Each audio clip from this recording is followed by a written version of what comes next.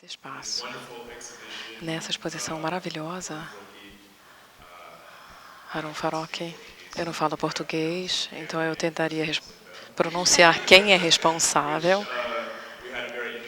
A gente teve uma discussão bem interessante sobre como traduzir isso para o inglês. Eu achei que significasse quem é responsável, mas a Heloísa Espada me explicou que, na verdade, significa quem é o encarregado, né? Quem está encarregado. E eu acho interessante a gente pensar no significado dessas duas palavras. Essa exposição maravilhosa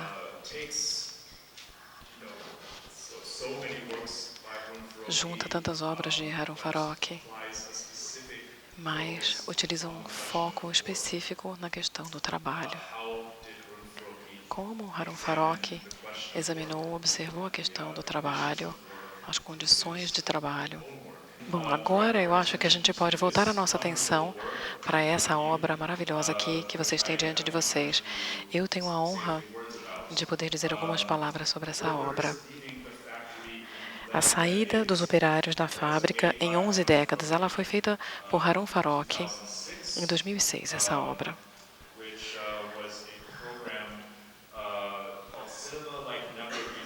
Esse programa se chamava Cinema como Nunca Antes, pela Fundação Generale de Viena, e teve co-curadoria de Ante Eman e Harun Farocki. A ideia era propor novas formas de entender o cinema. De certa maneira, essa obra é um remake, né? Hoje em dia, em Hollywood, está todo mundo obcecado com sequências, reboots, remakes, e o Farocki estava meio à frente de seu tempo, de certa forma. Isso aqui é uma adaptação de uma obra em um canal que ele havia feito há 11 anos antes, que se chama Trabalhadores Saindo da Fábrica, das exibições dessa outra obra. Então, eu recomendo muito que vocês assistam esse trabalho, essa obra de 1995, se chama Trabalhadores Saindo da Fábrica. A saída dos operários da fábrica. Foi um primeiro projeto de pesquisa no qual Farocki analisou a história do trabalho representada ao longo da história do cinema, sobretudo imagens de operários saindo de fábricas. E Farocki era fascinado por esse tema, operários saindo da fábrica, porque isso volta desde o início da história do cinema, com aquele primeiro monitor que vocês veem à esquerda, que é todo o filme que se chama La Sortie de l'Usine Lumière à Lyon. É um filme de 1895, um filme de Louis e Auguste Lumière, que são pioneiros e inovadores da tecnologia do cinema. E vou falar um pouquinho mais sobre esse filme, mas vocês podem ver toda essa fileira de monitores aqui, que representa uma espécie de cronograma.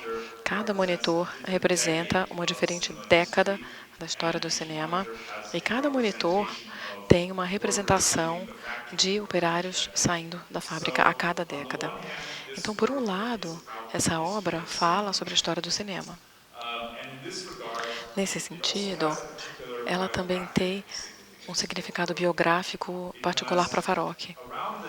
Porque mais ou menos na década de 90, quando ele começou a trabalhar nesse projeto, né, a saída dos operários da fábrica, o Farocki, ele mesmo, de certa forma, estava abandonando, saindo do cinema ou da arte cinematográfica que ele havia praticado ao longo da carreira. Ele já tinha feito documentários, filmes ativistas na década de 60, produções para televisão na década de 70 e 80, e filmes também para festivais de arte.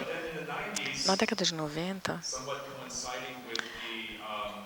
no mesmo momento da reunificação da Alemanha, das duas Alemanhas, do fim da Guerra Fria e do surgimento ou do crescimento do capitalismo e da globalização, havia, de certa maneira, uma demanda menor, ou um mercado menor para o tipo de filme que ele fazia nesses contextos já estabelecidos. Ao mesmo tempo, havia um interesse crescente em sua obra dentro do mundo da arte. Tanto ele quanto Ante Eman estavam atentos a essa mudança E eles abraçaram essa mudança como uma oportunidade de fazer um trabalho, colocar o trabalho deles num novo contexto. De certa forma, essa obra aqui reflete esse legado do cinema para ele, do que o cinema significa para ele e do que poderia significar para ele como artista e do que poderia significar para o mundo da arte ou no contexto da galeria. A gente tirar o cinema da sala de exibição e colocar num espaço como esse. Isso aqui também coincidiu com a digitalização do cinema, aquela era que tornou o cinema mais acessível do que nunca na forma de mídia digital, em DVDs, arquivos de vídeo que facilmente poderiam ser distribuídos, e também era muito mais fácil trabalhar, editar, refazer e transformar em novos materiais.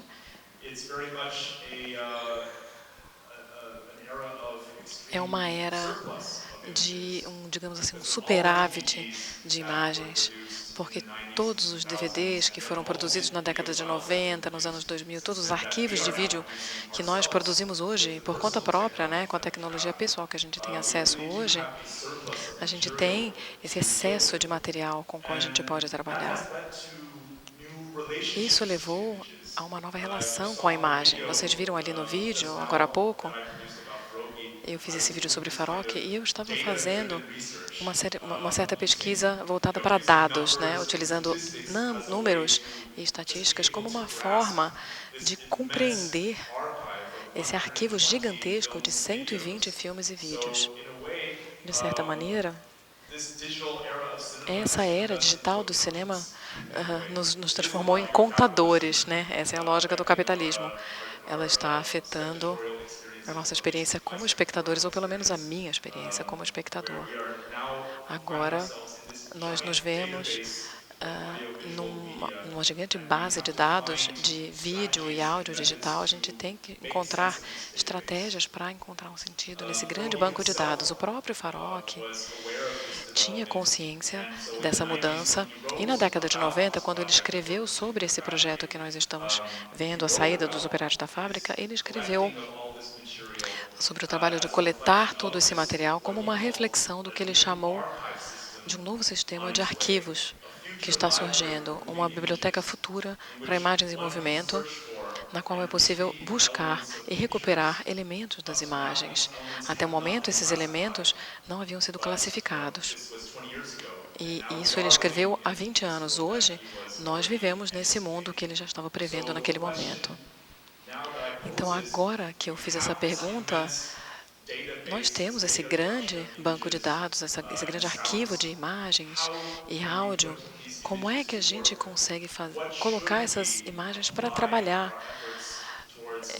Em que sentido a gente deve se esforçar para dar um sentido a essas imagens? Quais são os objetivos, as perguntas que a gente quer responder com isso? E isso leva ao segundo tema dessa fala. O primeiro é cinema e o segundo tema da obra é trabalho. Se a pergunta é como a gente faz essas imagens trabalharem, a gente pode perguntar também como é que essas imagens observam, compreendem o trabalho e qual é o relacionamento entre a história do cinema e a história do trabalho. Quando Farok escreveu sobre esse trabalho, essa obra em 1995, ele explicou que o interesse dele no tema da saída dos operários da fábrica vem do fato de que a primeira câmera na história do cinema foi dirigida para uma fábrica. Um século mais tarde, pode-se dizer que o filme mal tem interesse nas fábricas e às vezes até tenta evitá-las. Filmes sobre trabalho ou operários não se tornaram um dos principais gêneros. E o espaço diante da fábrica continua na lateral. A maior parte dos filmes ocorre naquela parte da vida em que o trabalho já ficou para trás. Então, o cinema perdeu o interesse no trabalho. E o Farok está fazendo a pergunta: como é que a gente pode voltar a direcionar o cinema para o trabalho? E se o trabalho se tornou invisível, então sim, é a tarefa do cinema tornar o trabalho visível. Porque um dos milagres do cinema é a sua capacidade de tornar visível aquilo que a gente não havia enxergado até então. Pelo menos para mim, pessoalmente, eu acho isso fundamental para aquilo que o cinema é capaz de fazer. Então, essa obra, ela não fala apenas sobre a história do cinema e nem apenas sobre a história do trabalho. Ela fala sobre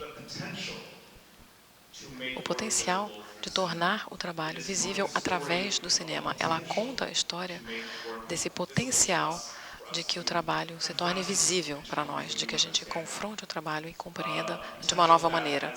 Um potencial que, com frequência, ele foi desincentivado ou distraído por outras formas de cinema. E como é que a gente torna as coisas visíveis hoje em dia? Bom, não sei se vocês perceberam, e eu percebi, que uma característica única dos elevadores, não dá para ver o elevador daqui, mas eu não sei se vocês lembram, quando vocês entraram no elevador, vocês devem ter percebido que estavam filmando vocês ali do lado de fora do elevador. Tem uma câmera ali na tela ao lado do elevador. Ela tem essa qualidade de vigilância. Eu não sei se é uma câmera de vigilância, mas acho que é, né? A gente está se vendo. Então, a gente pode, nós mesmos, fazer essa vigilância antes de entrar no elevador. E isso, de fato, é uma imagem característica dos nossos tempos. Essas imagens de vigilância são um dos principais linguagens e um dos principais gêneros de imagem do nosso tempo. Então, se a gente olhar toda essa gama de imagens aqui na frente, se a gente tivesse que falar com um editor ou com um historiador, eles diriam, bom, isso aqui obviamente é um cronograma, é uma linha do tempo, década a década, é uma sequência da história do cinema.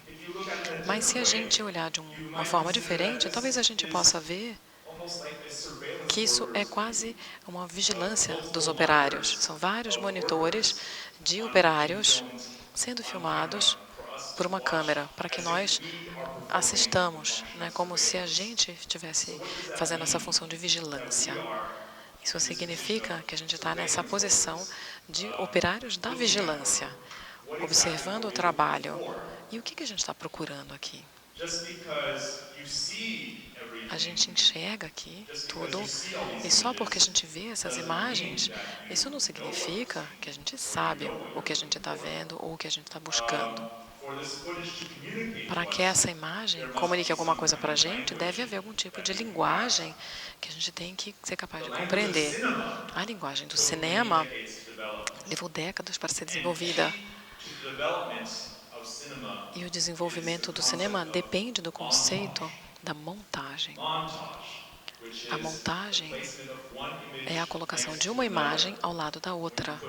Quando a gente coloca uma imagem ao lado de outra, a ideia é que essa comparação, essa justaposição, crie uma fagulha, um contraste que acenda uma nova compreensão do significado dessas imagens uma ao lado da outra. É a possibilidade de descoberta, de novas descobertas que ocorrem quando a gente coloca duas imagens em contraposição. Esse é um conceito clássico soviético de montagem, desenvolvido por Eisenstein e Dovkin. O Farok, quando ele começou a trabalhar nesse contexto de galerias, ele realmente tinha fé, ele acreditava verdadeiramente na montagem. E ele pensava, como é que eu posso fazer a montagem funcionar num contexto de galeria, quando as pessoas não necessariamente têm tempo ou têm atenção para olhar uma imagem ao lado da outra numa sequência. Considerando que ele trabalha num espaço tridimensional, ele começou a colocar monitores um ao lado do outro. Então, isso foi algo que ele fez na década de 90. Ele chamou isso de soft montage. É uma montagem que não é simplesmente colocar uma imagem na sua frente e depois outra, temporalmente, né? A própria pessoa aborda as imagens e olha para as imagens no espaço, uma ao lado da outra. Então, é uma montagem espacial e não uma montagem temporal. E essa estratégia já foi discutida por vários historiadores da arte em relação ao que ela permite, ao que ela não permite. John Velvet, que é um historiador de arte, diz que uma obra como essa deixa muito espaço para a interpretação do espectador. Então, ela está convidando o espectador a colaborar, está convidando vocês a trabalhar. O cineasta não está fazendo o trabalho para vocês. Vocês vão ter que fazer o trabalho por conta própria. Obrigada, obrigada. Ele também critica, por outro lado, a falta de uma narrativa claramente definida, que leva a uma pergunta: o que a gente está procurando? Por outro lado, um outro historiador do cinema diz que essa ambiguidade é também produtiva, dependendo do nosso conforto, do nosso grau de conforto, ou se a gente está à vontade com essa ambiguidade. Qual é a nossa disposição de buscar as conexões, fazer as conexões? Quando eu era criança e ia para a igreja, eu tinha um problema de prestar atenção no sermão. Eu ficava divagando. E eu confessei isso para o meu professor. E ele falou, na verdade, isso é um excelente uso do seu tempo, devagar. É um tempo para você ficar num lugar de meditação. Não significa que você precisa ficar ouvindo alguém dando um sermão. Você pode usar esse tempo como uma ocasião para você ficar consigo mesmo, com seus próprios pensamentos. Isso é uma experiência tão espiritual quanto ouvir um padre. E eu espero que vocês estejam vivendo uma versão disso agora com essa obra. E o que significa ser um operário numa galeria? Vocês podem ser operários neste exato momento fazendo essa vigilância. Será que isso significa que vocês são responsáveis? Que vocês estão encarregados aqui nessa exposição? Essa é uma pergunta que a gente pode fazer sobre uma experiência numa galeria como um todo. Até que ponto a gente quer que os outros façam o trabalho para que você receba o benefício, como um supervisor ou um executivo? Até que ponto a gente quer mobilizar os nossos próprios recursos para criar alguma coisa própria, usando aquilo que está diante de nós? O que significa ser responsável pela própria experiência artística? Falei para vocês que ali o primeiro filme, 1895, dos irmãos Lumière, a saída dos operários da fábrica em Lyon. Vale a pena chamar a atenção para o fato de que isso não é apenas o primeiro filme jamais feito na história, mas também a primeira imagem de vigilância jamais feita. Esse é um filme que está olhando o portão da fábrica, está filmando os operários saindo da fábrica. Eu não sei se vocês perceberam agorinha, teve um momento ali que o próprio Farok percebeu. Os próprios operários, sabendo que estão sendo vigiados, ou que há uma câmera, eles começam a brincar, fazer uma espécie de improviso ali. Tem uma menina que está saindo da fábrica e ela puxa a saia de outra menina, sabendo que a outra menina não vai poder retaliar, justamente porque eles estão sendo filmados. Então, há uma brincadeira ali, uma encenação. Logo no nascimento do cinema, há uma consciência do olhar da câmera e uma resposta brincalhona por parte de quem está sendo filmado. Então, a linguagem do cinema já está sendo desenvolvida, a linguagem da performance e da visibilidade. Na próxima tela, nós temos um filme de 1899, se chama Saída da Fábrica de Hanoi. Então, eu acho que esse é um dos primeiros remakes da história do cinema, porque, na verdade, é como se fosse uma homenagem ao filme de 1895 dos irmãos Lumière. Só que agora eles estão em outro país. É uma colônia francesa, Hanoi, né? Então, não é a França, mas ao mesmo tempo é a França. E se a gente fizer essa montagem, esse exercício de montagem com nossos olhos, dessas duas imagens justapostas, eu acho que a gente pode perceber que há uma política diferente ali no olhar da câmera.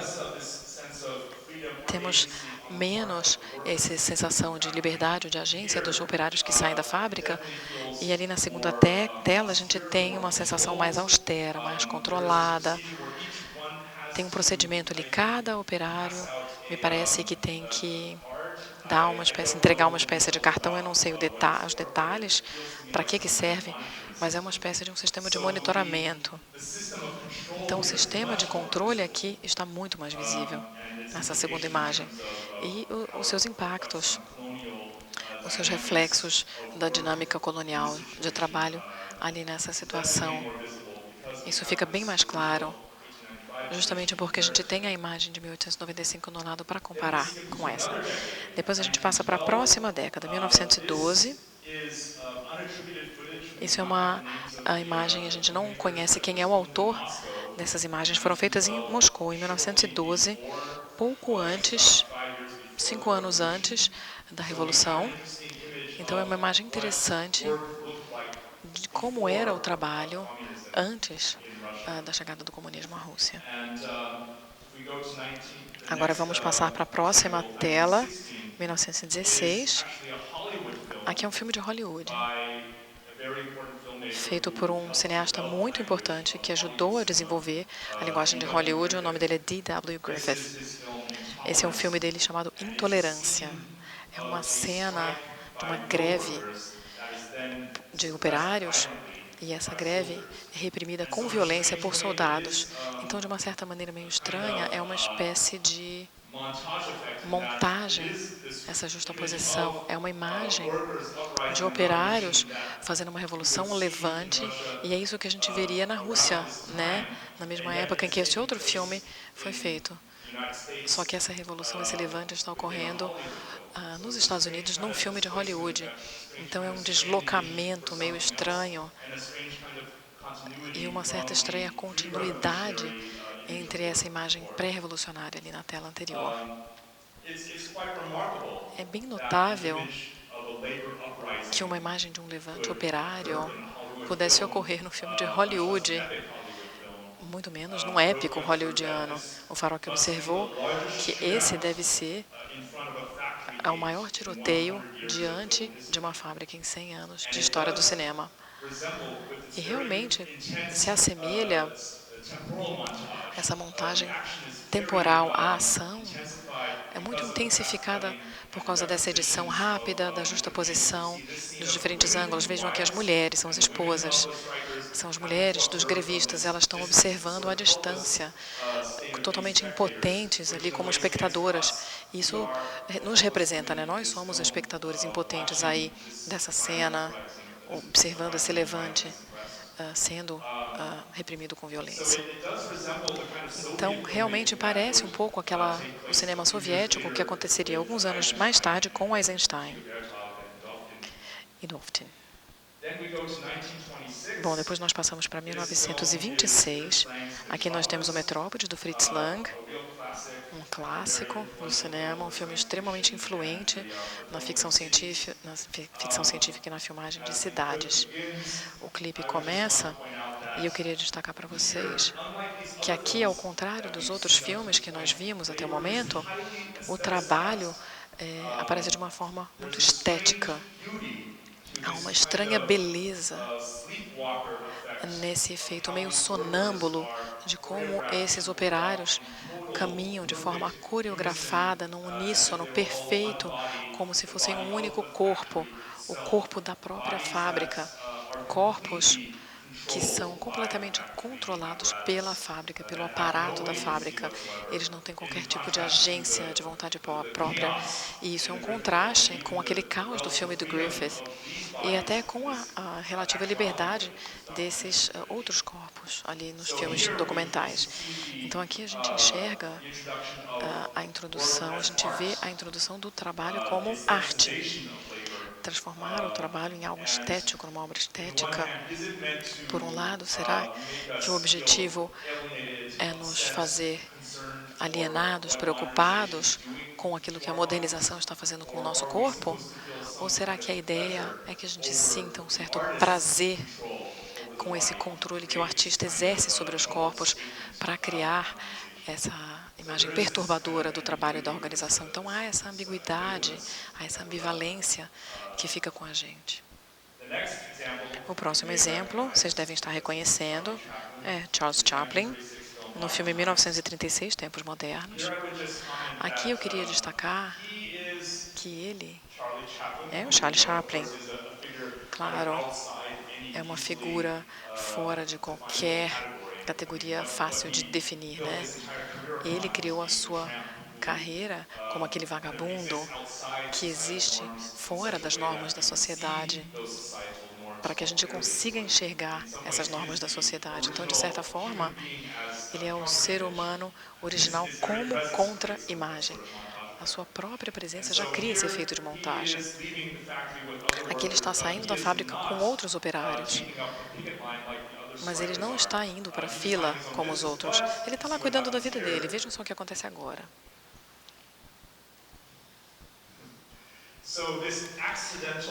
Então, essa ação acidental, que não foi intencional, só pode ser interpretada na lógica dos grevistas e da polícia. Aqui nós vemos a rigidez das formas estéticas do trabalho, como uma certa resposta à rigidez ali da apresentação de Fritz Lang do trabalho. E a gente vê o Charlie Chaplin brincando ali com essa rigidez para criar um efeito cômico, buscando uma alternativa, uma forma alternativa de comportamento, uma forma alternativa de presença, de estar nesse conflito rígido entre o trabalho e a opressão. Na próxima tela, nós temos um filme de 1952. A gente salta alguns anos para frente, para o outro lado da Segunda Guerra Mundial. Agora estamos em 1952.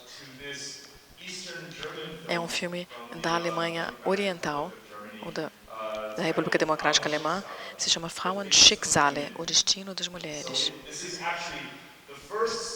Aqui é o primeiro filme soviético aqui no nosso cronograma, né? A gente teve um filme russo, a gente teve ali momentos que poderiam ter sido parte de um filme soviético no passado, só que a ironia é que justamente no filme soviético a gente tem uma qualidade hollywoodiana muito forte, porque ele se concentra bastante numa protagonista feminina, como se fosse uma atriz de cinema.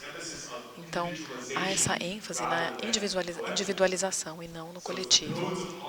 Então, são códigos hollywoodianos trabalhando pelo cinema comunista. E isso era algo que Farok observava, algo que ele atribuía à impossibilidade de filmar o trabalho de forma verdadeira. A gente não consegue filmar uma fábrica de forma honesta com o cinema narrativo, ele dizia. Quando a gente tem uma protagonista, um protagonista, quando a gente tem uma estrela de cinema trabalhando numa fábrica, isso evoca associações com um conto de fadas, no qual uma princesa precisa trabalhar antes de mudar. Então, nós somos apresentados a esses códigos de moralismo, de mito, ou de moralidade, que de certa maneira trabalham contra essa ideia do coletivo, essa ideia de compreender a realidade material das condições de trabalho. E essa tendência se intensifica no próximo exemplo, e tem um contexto artístico muito forte. É o filme Deserto Vermelho, de Antonioni, o filme de 1964. E vejam a continuidade entre as duas imagens anteriores, entre as imagens anteriores, 52 e 64.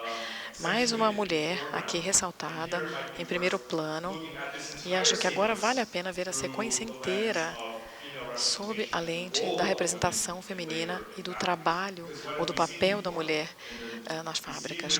A gente vê aqui, mulheres na fábrica na primeira tela. Vemos também muitas mulheres aqui em 1912.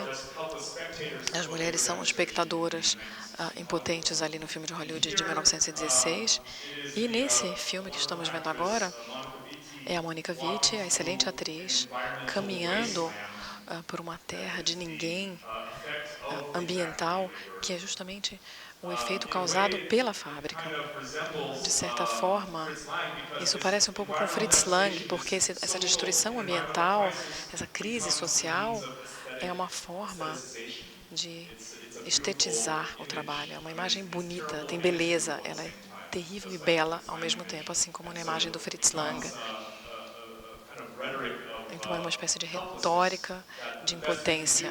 O melhor que a gente pode fazer nessa situação terrível é fazer arte, fazer uma boa arte com isso.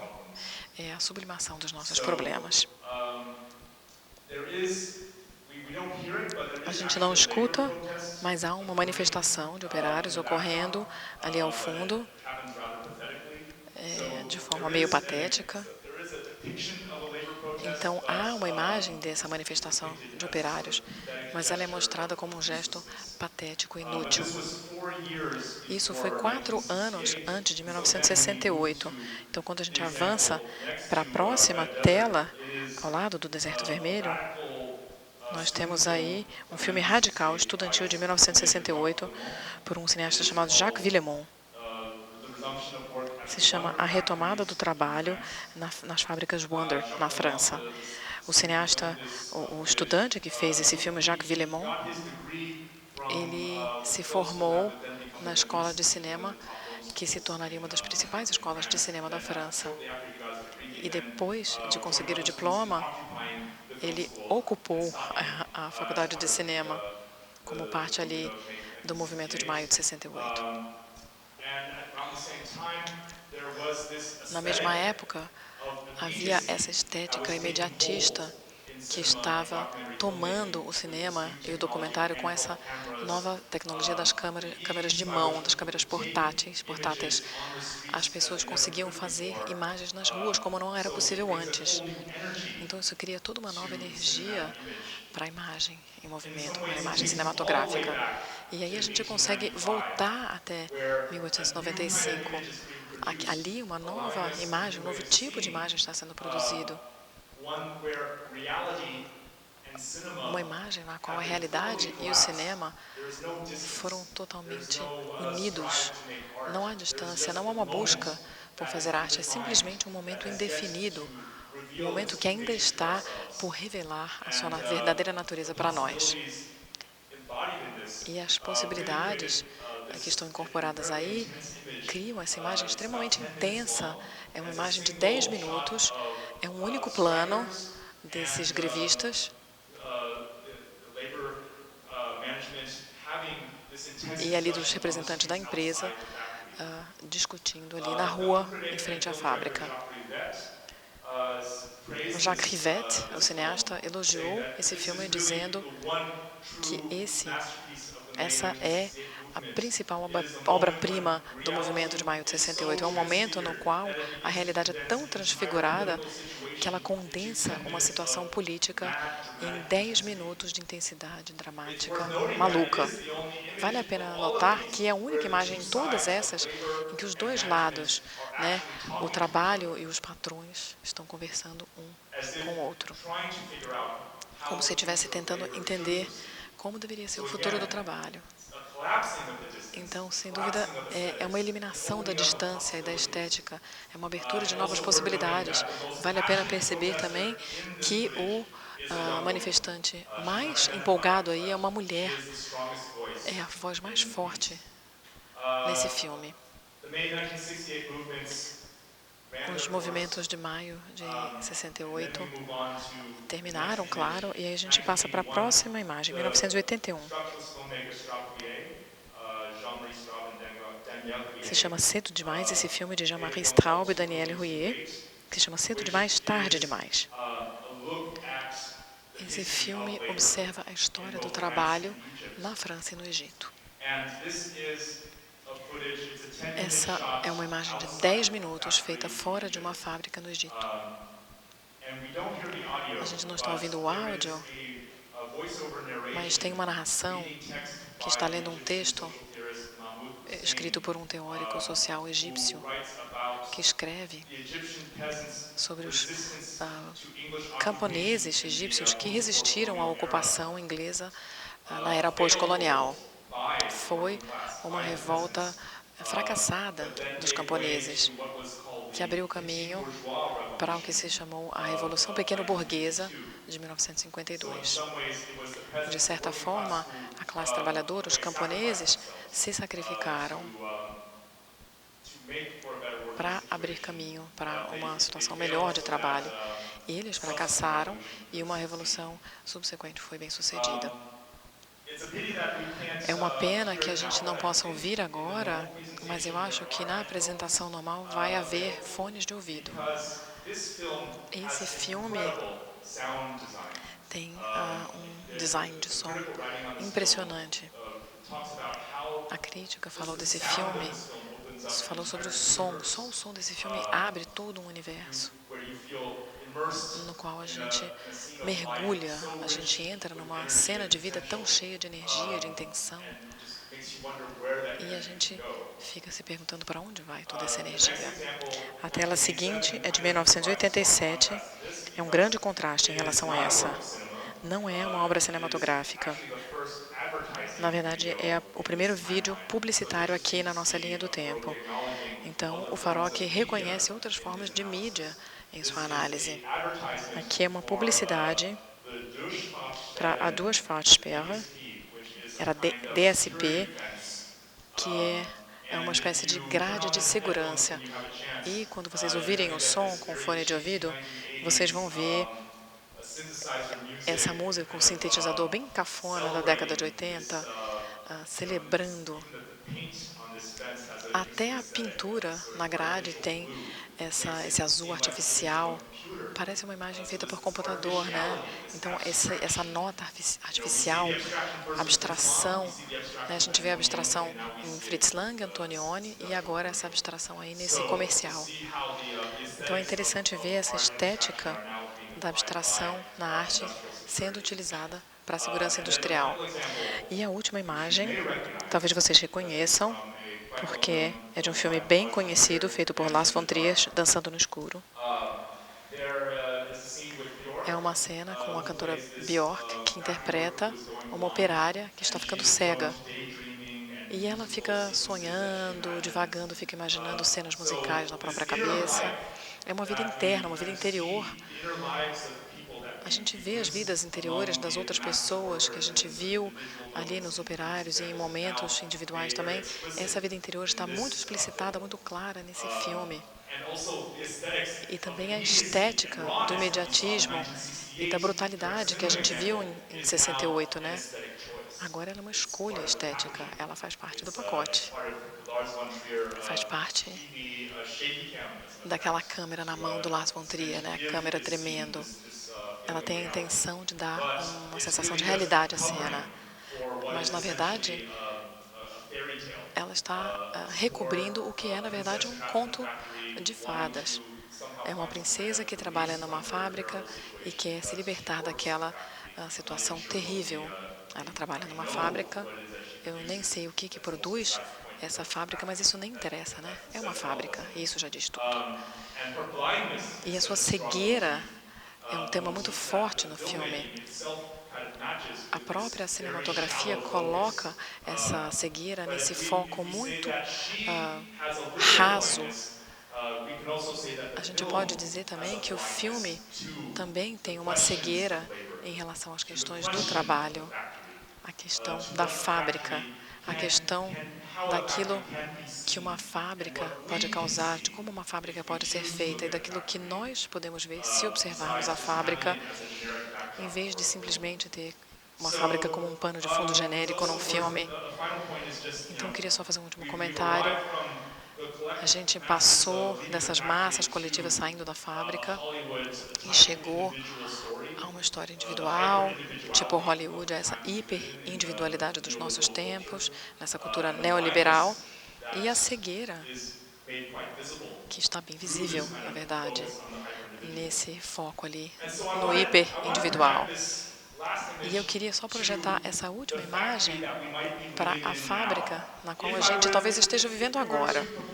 Se eu fosse propor a fábrica de 2019, como seria essa fábrica? Eu proponho que a fábrica de 2019 é isso aqui. Essa é a fábrica que nos faz passar mais horas nela do que a gente até perde a conta, né? A gente faz coisas para se divertir.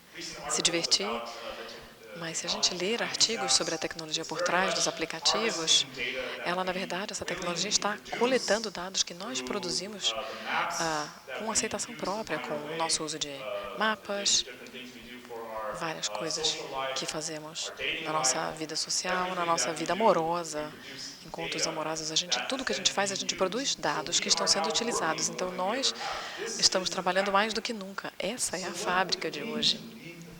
E o que significa sair da fábrica hoje?